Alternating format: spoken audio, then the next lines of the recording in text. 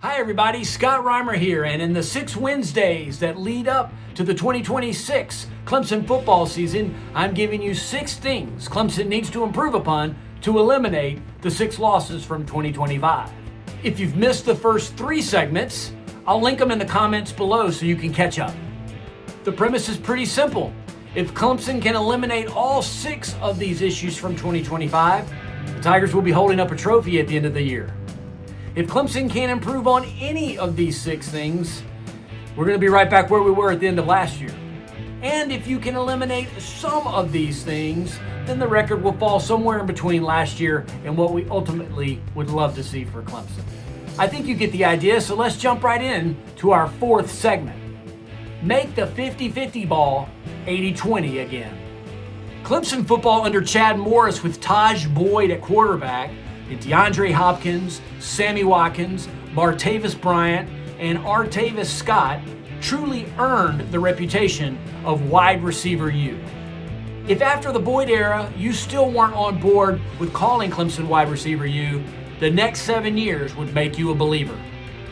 Deshaun Watson, Kelly Bryant, and Trevor Lawrence helped solidify that status by throwing the ball to Mike Williams, T. Higgins, Hunter Renfro, Justyn Ross, and Artavis Scott. There was simply no question about it.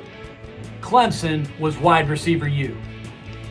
A big part of that time frame was that the Clemson offensive coordinators through the years knew they could game plan around specifically targeting wide receivers that they knew would be covered in one-on-one or in sometimes one-on-2 situations, but they trusted the quarterback and they trusted the receivers to make the catch more than not.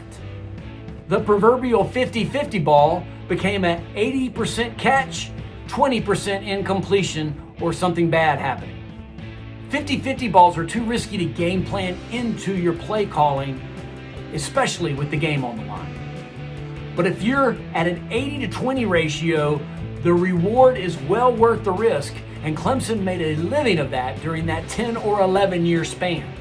Since the COVID year of 2020, Clemson has, rightfully so, lost the ability to call themselves wide receiver U. DJU and Cade Klubnik could not consistently put the ball in the right place to give the wide receiver a chance to make the catch at an 80-20 ratio. And Clemson wide receivers Cornell Powell, Amari Rogers, Antonio Williams, Bryant Wesco Jr., and TJ Moore could not, and in some cases have not, consistently been able to bring in the contested balls. Even when the quarterback got the ball into the right place to help the wide receiver make the play. So to be fair, part of the problem was the quarterbacks and part of the problem was the wide receivers. Clemson is no longer wide receiver U, and it's not because we didn't want to be, it's because we weren't. It became so bad in the last few years that Garrett Riley almost completely abandoned throwing the ball from a play calling standpoint into contested areas, instead trying to run his wide receivers open. Running your wide receivers open can certainly be a successful way to have a great offense, but you've got to have protection to do that, and Clemson has struggled to do that at times. Also, when you're trying to run your wide receivers open, you got to have a quarterback that can see the entire field and deliver the football in the place the play was designed to go to, based on the defense. DJU and Cade just simply could not consistently do that, and because Clemson wasn't throwing the ball into contested areas, a lot of drives ended in punt because of not being able to move the chain. Sometimes with protection issues, you need your quarterback to simply be able to drop back 2 steps and deliver the football for 10, 15 yards in a contested area where you can trust your wide receiver to make the catch.